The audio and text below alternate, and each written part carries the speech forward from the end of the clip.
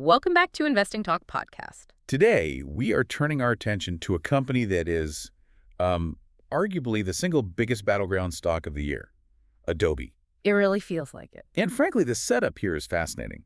We're looking at a high-level conflict that seems to have divided the entire market right down the middle. Yeah, you've got two camps. Exactly.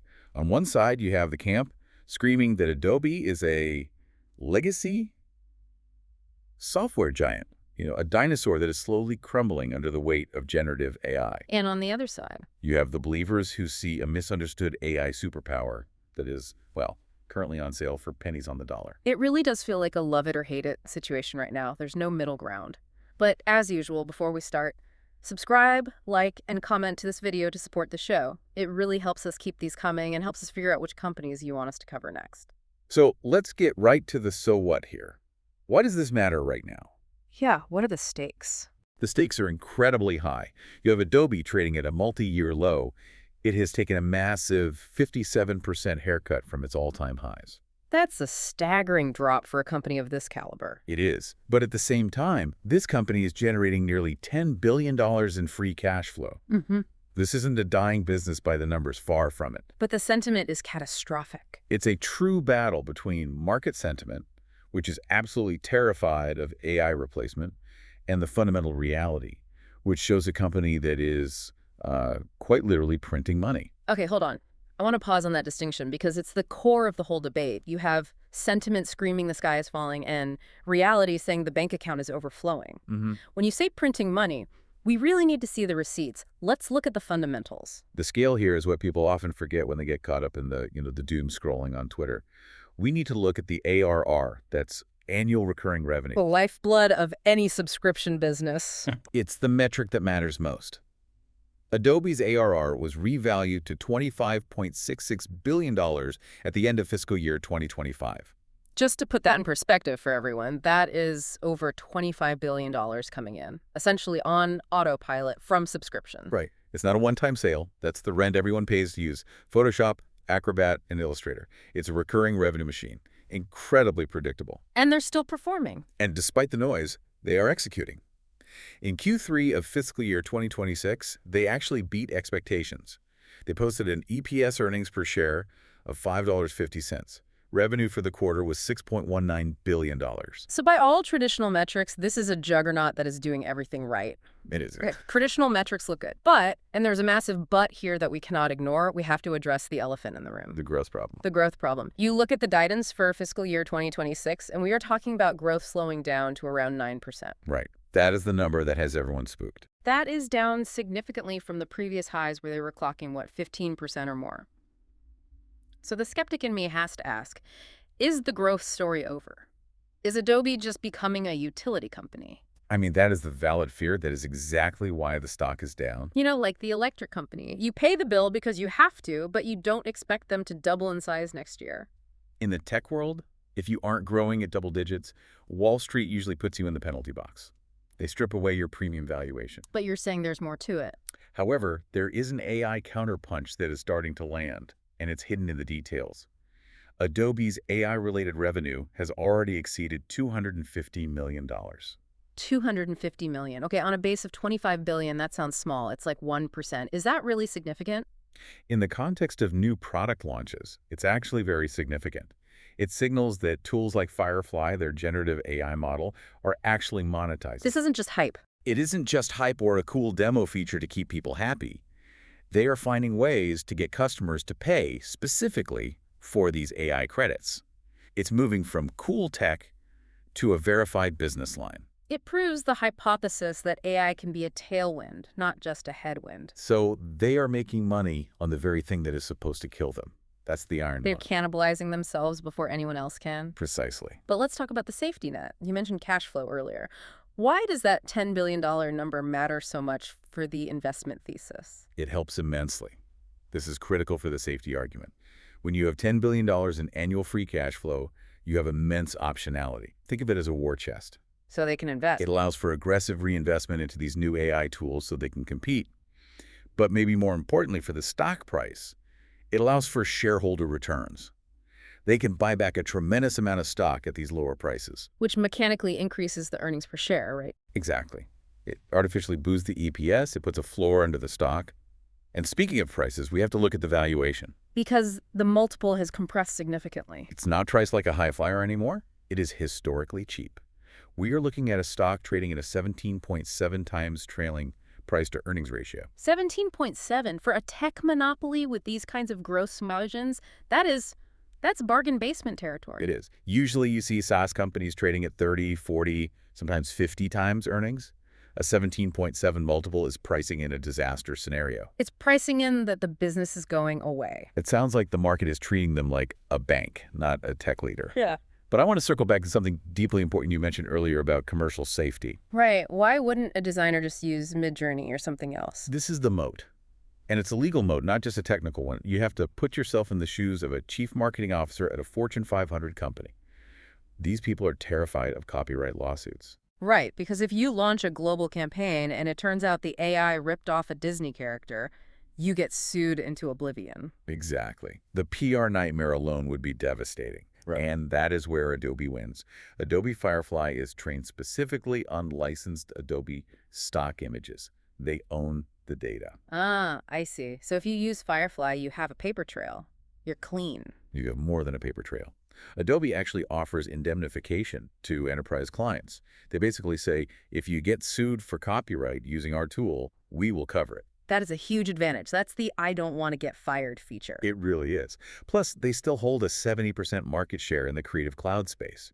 The switching costs for a professional editor using Premiere Pro are incredibly high. People have muscle memory, plugins, years of files. You don't just switch your entire workflow overnight. That makes sense. But clearly the market isn't buying that story yet. Or at least they aren't paying for it. Let's pivot to the charts to see how ugly the damage is. And it is ugly. There is no sugarcoating the price action. We're looking at a crash, effectively. The stock is down 32% year-to-date. And as we mentioned, a total 57% haircut from the peak.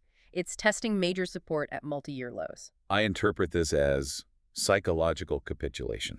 Define that for us. What does capitulation look like on a chart? Capitulation is when the last bull finally gives up and sells. It's when the pain becomes too much. The chart is telling us that the market is pricing in total AI disruption. They're saying the business model is dead. That is the only reason you sell a cash flow machine like this down 57%. It's panic selling, pure and simple. So is there any light at the end of the tunnel, technically? Well, the funny thing about markets is that when things get this stretched like a rubber band, they often snap back. The stock is deeply oversold. So there's upside potential. If you look at the analyst targets, the consensus suggests a potential bounce toward a range of, say, $402.85 to $450.17. That is a massive gap from where we are. It is. We are highlighting a potential 52% upside from current levels if it just returns to the mean. It doesn't even have to break new highs. Just has to stop being priced for bankruptcy. Exactly. And what about momentum? Are we seeing people step in? There are no unusual options volumes, so no massive speculative betting yet, but dip buying signals are emerging. The price action is starting to stabilize. It's trying to find a floor, churning, which usually means the sellers are running out of steam. So the chart is ugly, but let's look at who is actually putting money to work. Let's move to sentiment. Because usually when retail investors are panicking, the smart money is making moves. And the news cycle has actually been surprisingly active. It paints a picture of a company on the offense. Let's talk about the Semrush acquisition. That was a $1.9 billion deal. Why did they do that? This was a strategic move that I think the market underappreciated. Semrush is a leader in SEO and digital marketing data. By acquiring them, Adobe is boosting its AI marketing capabilities. So connect the dots for me. Why does a design company need SEO data? Because it means Adobe isn't just about making pretty pictures anymore. They are trying to own the entire marketing stack. So instead of a clunky workflow. Right. In the new Adobe world, the software immediately tells you how to optimize it for Google search while you were designing it. It closes the loop from creation to distribution. It makes Adobe more sticky. That's powerful. And then there is the creator dominance narrative. Everyone thinks the pros have fled to AI tools. But look at the Sundance Film Festival statistics. Right, I saw this. 85% of filmmakers at Sundance use Adobe tools. That is the gold standard. Yeah. These are the trendsetters. If 85% of the top indie filmmakers are still cutting on Premiere Pro, it proves the pro market hasn't left yet. It's the difference between making a birthday card and editing a feature film. Exactly. Okay, let's follow the money. Who is buying and who is selling?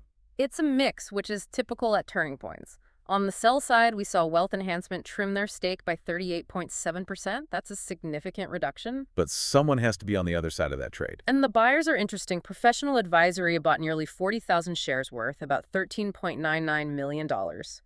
We also saw Lee, Danner, and Bass add over 4,000 shares. So you have wealth managers trimming, but professional advisory firms are loading up. And overall, institutional ownership Remains very high at 81.8%. That is a crucial stabilizer. This isn't a meme stock.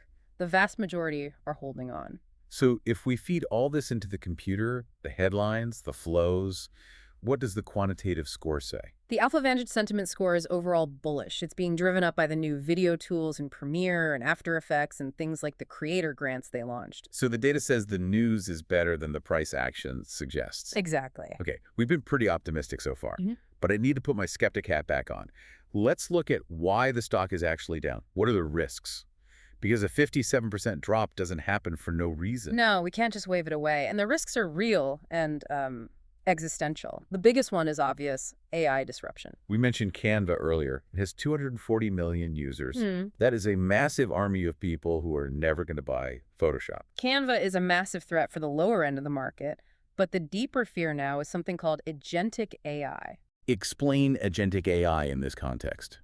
Imagine you don't even open a design tool. You just tell an AI agent, design a marketing campaign for a new coffee brand, generate the images, write the copy, and it just does it. And if that happens, why do you need to learn Photoshop layers? Why do you need Adobe at all? That is the nightmare scenario. It's not just a better tool, it's a replacement for the worker who uses the tool. And we have seen what happens when the market smells weakness in software. Look at the ServiceNow analog. They went through a 50% drawdown. And it's not just the tech. There is the government, too. We can't forget about the pending FTC lawsuit. Right. The regulatory risk. It adds an overhang of uncertainty. Investors hate uncertainty. It's just another reason to stay away. So if I'm listening to this, AI agents might replace designers, and the FTC is knocking at the door. Right. Why would I buy this stock? How do you defend against that? The defense lies in the ecosystem. I believe the moat isn't just the software, it's the workflow. Adobe is integrating with companies like Runway for video generation. They are embedding AI inside the existing workflows. So the pros are locked in. Their entire asset libraries, their team collaboration, their legal compliance, it all lives in the Adobe cloud. It is much harder to rip that out than people think. So the bet is that Adobe becomes the cockpit where you fly the AI rather than being replaced by it? Exactly. They become the interface for AI, the layer that makes AI usable for business. All right.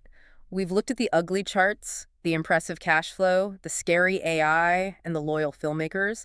It's time for the final verdict. Where do we land? When I weigh everything, the panic pricing versus the fundamental cash machine, I am assigning a bullish score of 8/10.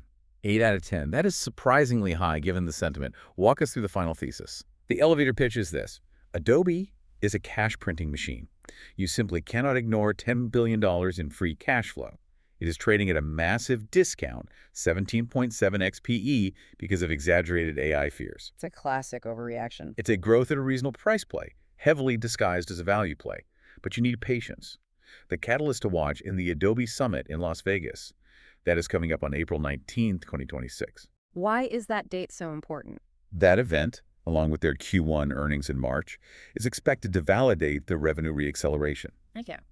If they stand on stage in Vegas and show the AI tools are driving massive enterprise adoption, the narrative flips overnight. And what is the time frame here? A quick trade? No, this is a multi-year hold. The thesis is to buy the AI dip in productivity software. You are betting that software companies will figure out how to monetize AI, and when they do, the compounding returns could be massive. So ignore the noise, look at the cash, and wait for Vegas. It's a bumpy ride, but the value is undeniable. That's it for today's analysis on Adobe. Make sure to subscribe, like, and comment to this video to support the show. See you next time.